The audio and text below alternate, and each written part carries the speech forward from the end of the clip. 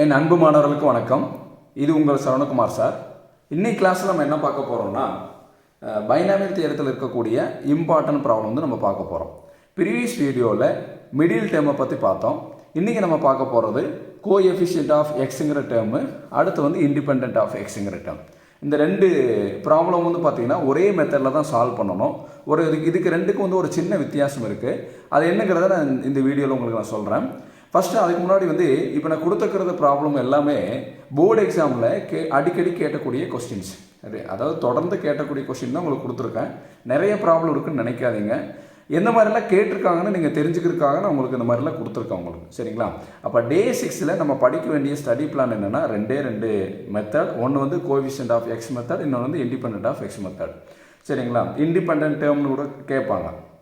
இப்போ பாருங்கள் எந்த மாதிரி கேட்டிருக்காங்கன்னு பாருங்கள். கோஎஃபிஷியன்ட் ஆஃப் எக்ஸுக்கு இப்போ ஃபஸ்ட்டு கேள்வி, find the coefficient of X power 32. அதாவது கோஎஃபிஷியன்ட் ஆஃப் எக்ஸ்ன்னு என்ன அர்த்தம்னா, இங்கே பாருங்கள் இந்த எக்ஸினுடைய பவரில் இந்த இடத்துல பாக்ஸ் போட்டு காமிக்கிறேன். இந்த இடத்துல வந்து நம்பர் மட்டும் மாறிட்டு வரும். இதுதான் coefficient of x. X power 5, x power 32, x power -5 இந்த மாதிரி பாக்ஸில் வந்து ஃபில் பண்ணிட்டு வராங்க. அதாவது இது ஒரு ஃபைனல் ஆன்சரை நம்ம எப்படி சார் நம்ம ப்ராப்ளம் போட்டது கரெக்டான கண்டுபிடிக்கிறது அப்படின்னு பார்த்தீங்கன்னா, இப்போ கோஎஃபிஷியன்ட் ஆஃப் எக்ஸ் பவர் 32ன்னு கொடுத்துருக்காங்கன்னா உங்களுக்கு ஃபைனல் ஆன்சரில் கோஎஃபிஷியன்ட் ஆஃப் எக்ஸ் பவர் 32 வரும். அதாவது எக்ஸ் பவர் 32ங்கிற ஆன்சர் ஃபைனல் ஆன்சரில் வரும். வந்ததுன்னா நீங்கள் போட்ட ப்ராப்ளம் வந்து கரெக்டு. இந்த ப்ராப்ளம் சால்வ் பண்ணுறதுக்கு 3 ஸ்டெப்பு ஃபாலோ பண்ணணும். ஃபஸ்ட்டு ஸ்டெப்பில் ஜென்ரல் டேர்ம் கண்டுபிடிக்கணும். செகண்ட் ஸ்டெப்பில் வந்து ஆர் வேல்யூ கண்டுபிடிக்கணும். தேர்ட் ஸ்டெப்பில் ஆர் வேல்யூ கொண்டு வந்து ஜென்ரல் டேர்மில் கொடுத்தோம்னா நம்மளுக்கு வந்து கோஎஃபிஷியன்ட் டேர்ம் வந்து வரும். இதுதான் வந்து ப்ரொசீஜர். இந்த கோஎஃபிஷியன்ட் டேர்முக்கு இதுதான் ப்ரொசீஜர், இண்டிபெண்டன்ட் டேர்முக்கு இதுதான் ப்ரொசீஜர். சரிங்களா? அது ப்ராப்ளம் போடும்போது கொஞ்சம் தெளிவாக பார்க்கலாம். சரிங்களா? இப்போ இதே மாதிரி பாருங்கள். அடுத்து செகண்ட் ப்ராப்ளத்துக்கு பாருங்கள். அதாவது ஃபஸ்ட்டு ப்ராப்ளத்தில் ப்ளஸ் கொடுத்துருக்காங்க, செகண்ட் ப்ராப்ளத்தில் அதே தான் கேட்டிருக்கிறாங்க. ஆனால் ப்ளஸுக்கு பதில் என்ன கேட்டிருக்காங்க பாருங்கள், மைனஸ் கொடுத்து கேட்டிருக்கிறாங்க. அடுத்து இந்த செகண்ட் ப்ராப்ளம் தேர்ட் ப்ராப்ளத்துக்கு பாருங்களேன், find the coefficient of X power 5ன்னு கேட்டிருக்கிறாங்க. X power 5. அப்போ ஃபைனல் ஆன்சர் நம்மளுக்கு என்ன வரும்? எக்ஸ் பவர் 5 கண்டிப்பாக வந்து வரும். அதே மாதிரி இந்த மாதிரி வேரியபிள் பார்த்தோன்னே பயந்துடக்கூடாது. அதாவது ஏஎக்ஸ் ப்ளஸ் பி/எக்ஸ்னோடனே நம்பர் கொடுக்கலினோட சில குழந்தைங்க சில ஸ்டூடெண்ட்ஸ் வந்து பயந்துக்குவாங்க. ஒன்றுமே இல்லை, ஆஸ் யூஸ்வல் எப்படி ஃபாலோ பண்ணுறீங்களோ அதே ப்ரொசீஜர் தான் நீங்கள் இதுக்கும் ஃபாலோ பண்ணணும். அடுத்து வந்து coefficient of X power 11. Final ஆன்சரில் எக்ஸ் பவர் 11 வரணும். இதில் ஒரு வித்தியாசமான ப்ராப்ளம்னு கேட்டிங்கன்னா 5th ப்ராப்ளம்.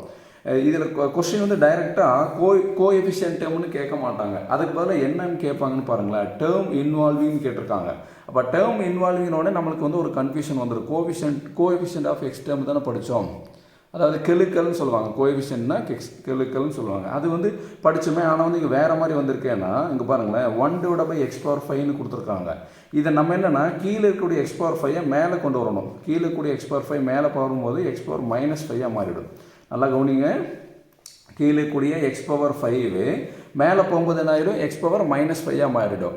அப்போது இதனுடைய மீனிங் என்னன்னு கேட்டிங்கன்னா, கோஎஃபிஷியன்ட் ஆஃப் எக்ஸ் பவர் -5ன்னு அர்த்தம். டேர்ம் இன்வால்விங், டேர்ம் கண்டெய்னிங் அந்த மாதிரி வார்த்தைகளை சொல்லுவாங்க கோஎஃபிஷியன்ட்டுக்கு பதிலாக. நான் சொல்கிற நல்லா புரிஞ்சுக்குமா? என்ன கேட்பாங்க? கோஎஃபிஷியன்ட்டுங்கிற வார்த்தைக்கு பதிலாக டேர்ம் இன்வால்விங், டேர்ம் கண்டெய்னிங் அந்த மாதிரி வார்த்தையெல்லாம் கொடுப்பாங்க. புரியுதுங்களா? அப்போ அப்படி கொடுத்தாங்கன்னா அது வந்து என்னென்னா எந்த சம்முனா கோஎஃபிஷியன்ட் சம்மு தான். நல்லா புரிஞ்சுக்கணும். அப்படியே டேர்ம் இன்வால்விங், டேர்ம் கண்டெய்னிங் கொடுத்தாலே அது கோஎஃபிஷியன்ட் சம் தான். எல்லாத்துலேயும் அவங்களே வந்து பார்த்திங்கன்னா பவர் வந்து மேலே கொடுத்துட்டாங்க.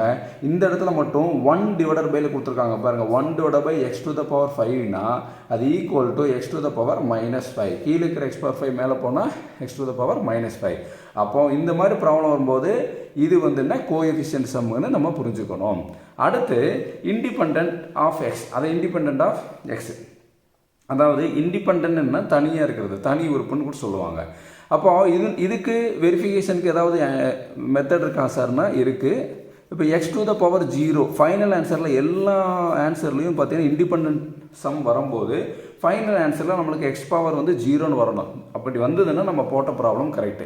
இதுலேயும் அதே ப்ரொசீஜர் தான். ஃபஸ்ட்டு ஸ்டெப்பில் ஜென்ரல் டேர்ம் கண்டுபிடிக்கணும். செகண்ட் ஸ்டெப்பில் ஆர் வேல்யூ கண்டுபிடிக்கணும். தேர்ட் ஸ்டெப்பில் அந்த ஆர் வேல்யூ கொண்டு போய் ஜென்ரல் டேர்மில் கொடுத்தோம்னா நம்மளுக்கு ஃபைனல் ஆன்சரில் எக்ஸ் பவர் 0 வரும்.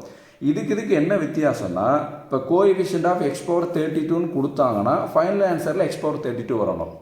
ஆனால் இதுக்கு இண்டிபெண்ட் டேர்ம்னு கேட்டாங்கன்னா எந்த சம் கேட்டாலுமே இண்டிபெண்ட்டுங்கிற ஒரு வார்த்தை இருந்தாலே ஃபைனல் ஆன்சரில் எக்ஸ் பவர் 0 தான் வரும். சரிங்களா? அதுதான் ரெண்டுக்கு உண்டான வித்தியாசம். அப்போ இதில் வந்து என்னென்னா ஒரு 8 ப்ராப்ளம் கொடுத்துருக்கோம், போர்டு எக்ஸாமில் கேட்கக்கூடிய ப்ராப்ளம். இதெல்லாம் வந்து கொஞ்சம் நல்லா கொஞ்சம் ப்ராக்டிஸ் பண்ணி பாருங்கள். இதில் 5th and 6th ப்ராப்ளம் பாருங்கள், ரூட்டில் வருது. ஸ்கொயர் ரூட்டில் வந்ததுன்னா x⁴ கொடுத்துட்டு நம்ம வந்து சால்வ் பண்ணி பார்க்கணும். சரிங்களா? அப்போ இன்றைக்கி வந்து என்னென்னா இந்த ப்ராப்ளத்தெல்லாம் வந்து பார்த்திங்கன்னா கொஞ்சம் எக்ஸ்ட்ரா கேர் கொடுத்து கொஞ்சம் சால்வ் பண்ணி பாருங்கள். Thank you students.